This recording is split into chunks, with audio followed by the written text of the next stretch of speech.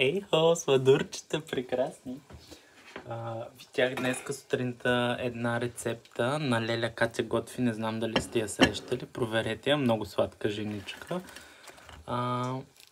И тя ми показа ето тези като бухтички, вижте ги само колко са. Отвътре, колко хаят просто. Тук си ги пържа в момента и реших да ви заснема малко от моя процес. Спрял съм ви, както Леля Катя казва, спрял съм ви абсорбера, да не ви шуми. Иначе ето така. Но аз съм ви го спрял, за да мога да ви правя и ASMR.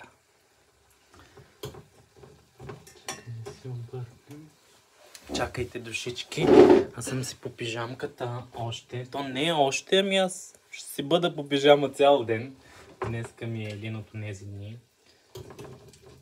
Не един от тези дни. Аз, хора, да ви се похваля, имам цяла седмица в момента. Ми се случи на почивка. На наблюдения. Майкито и той иска да си хапва от тия вкусотийки на Леля Катя. Много са хубави.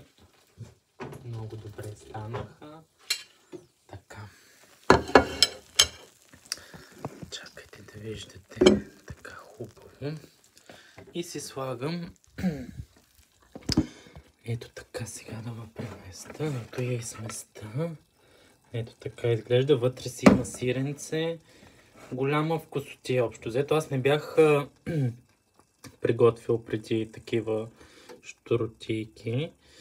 Но аз си падам по пърженкото, да ви кажа, и по тестеното. И викам, дай да ги пробвам. И много се радвам, че се реших, защото много се чудих. Аз по принцип не закусвам, ама напоследък имам един период, в който ми е много гладно, постоянно. Да съм решил да си хапвам. Бях си заръчал да правя фастинг така повечко време, но явно не е момента за фастинг, а за хапване. Така че, айде сега.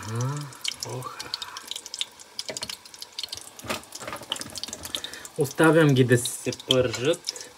Котлона ми е на средна температура по средата и стават едни златисти, едни красоти стават. Важно е да е котлона да не е прекалено силен, да е горещо олиото, но не прекалено силно, защото изгарят бързо и отвътре